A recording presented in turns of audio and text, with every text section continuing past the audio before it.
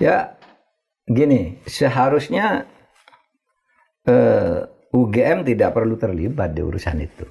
Ya, tapi nanti kita bisa bahas.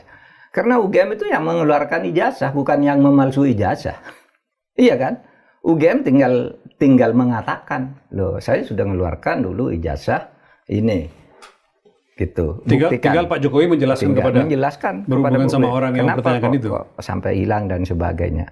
Sebenarnya UGM kan tinggal ini saya sudah selesai. Gitu aja. Silahkan kalau tidak percaya kan gitu. Tetapi sebenarnya ada yang mengatakan ini orang-orang yang apa namanya, yang gugat-gugat sama Pak Jokowi ini kok tidak selesai-selesai sih. Sudah lewat pengadilan, lewat berkali-kali. Memang menurut saya pengadilannya tidak proporsional yang sudah ditempuh selama ini. Tidak proporsional. Iya, tidak cukup mewakili. Iya. Kalau mau sebut itu diadili oleh peradilan perdata. Perdata itu adalah konflik kontraktual antara dua pihak. Nah, Pak Jokowi ini konflik dengan siapa secara perdata urusan ijazah? Nah, ada kan? Ya betul, pengadilan negeri kami tidak berwenang, tidak salah. Kecuali kalau pidana, Pak ya? Kecuali kalau pidananya sudah.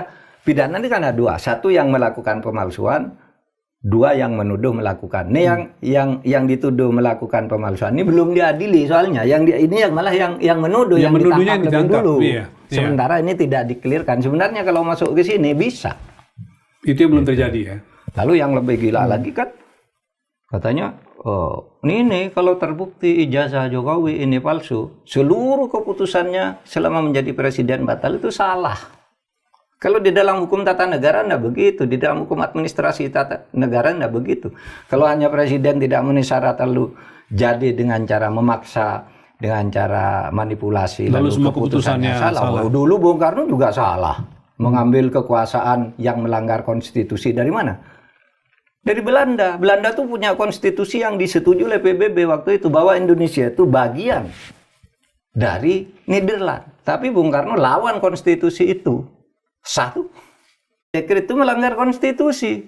Tapi Bung Karno pada waktu itu mendapat dukungan bahwa saya didukung rakyat. Dan Mahkamah Agung menyatakan iya, demi kepentingan rakyat tidak apa-apa melanggar konstitusi. Maka dekret presiden itu dianggap sah. Orde Baru juga begitu. Nah, oleh sebab itu dalam hukum tata negara itu memahaminya bukan begitu. Kalau keputusan presiden itu hukum administrasi negaranya ada asas namanya asas kepastian hukum. Asas kepastian hukum itu keputusan yang sudah dikeluarkan secara sah itu tidak boleh dibatalkan, tetap mengikat. Nanti ada perhitungan ganti rugi, bukan ke misalnya orang yang misalnya ya Pak Jokowi terbukti ijazahnya tidak sah, misalnya ya, palsu. Lalu kontrak-kontrak dengan luar negeri, dengan perusahaan-perusahaan apa itu dan sebagainya itu batal, nggak bisa. Bisa dituntut kita secara internasional.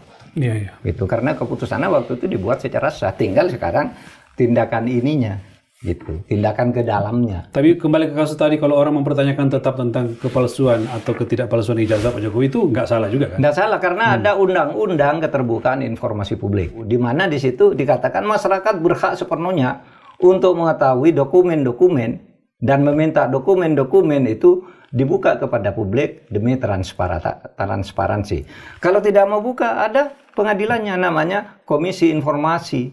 Itu dia bisa mengadili, ya, semacam peradilan semua yang keputusannya mengikat. Harus dibuka, buka. Siapa? Nanti dibuka aja di KPU. Mana? Solo, ya kan? Dulu daftar pertama KPU Solo. Solo. Nah, ketika namanya masih Dr. Andes Joko Widodo. Sesudah jadi presiden juga ada ijazahnya lagi kok, jadi insinyur Joko Widodo. Itu semua kan nanti bisa dibuka ke publik.